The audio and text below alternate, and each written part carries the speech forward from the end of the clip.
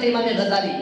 امام غزالی کا انتقال ہو گیا. کسی نے خواب میں دیکھا اللہ نے آپ کے ساتھ کیا معاملہ کیا. فرمایا اللہ تعالیٰ نے مجھے بخش دیا. اب رب نے بخشا تو کس طریقے سے, کس سبب سے بخشا؟ اللہ تعالیٰ نے آپ کو کیسے بخشا؟ کیا وجہ تھی؟ کیا ایسا آپ نے عمل کیا جو اللہ نے بخش دیا؟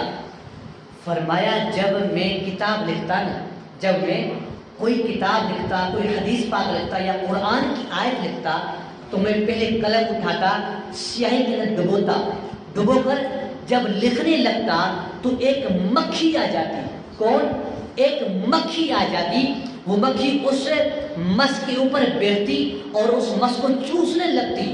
میں اس وقت تک قلم کو نہ ہلاتا جب تک وہ مکھی رس چوس کے خود اپنی مرضی سے نہ اڑ جائے. تب تک میں اس قلم کو ہلاتا تک نہیں.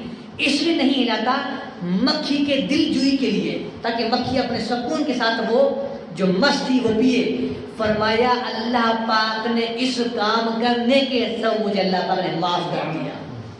حالانکہ علم تو انہوں نے بہت حاصل کیا تھا, یہ قرآن انہوں نے پورا پڑھا تھا, یہ پورا قرآن پڑھا تھا, ہر لفظ کا معنی آتا تھا, لیکن رب نے بخشا کیسے؟ رب نے ایک مکھی کی وجہ سے بخش دیا. یعنی رب آنے بہانے میں بخشا. اللہ تعالیٰ آنے بہانے پہ بخشتا ہے. بہت بڑا عالم دین ہو, رب کی مرضی اس کو بخش دے یا نہ بخش دے. ایک جاہل آدمی ہو, رب کی مرضی اس کو بخشے یا نہ بخشے. بخشنا رب کا کام ہے.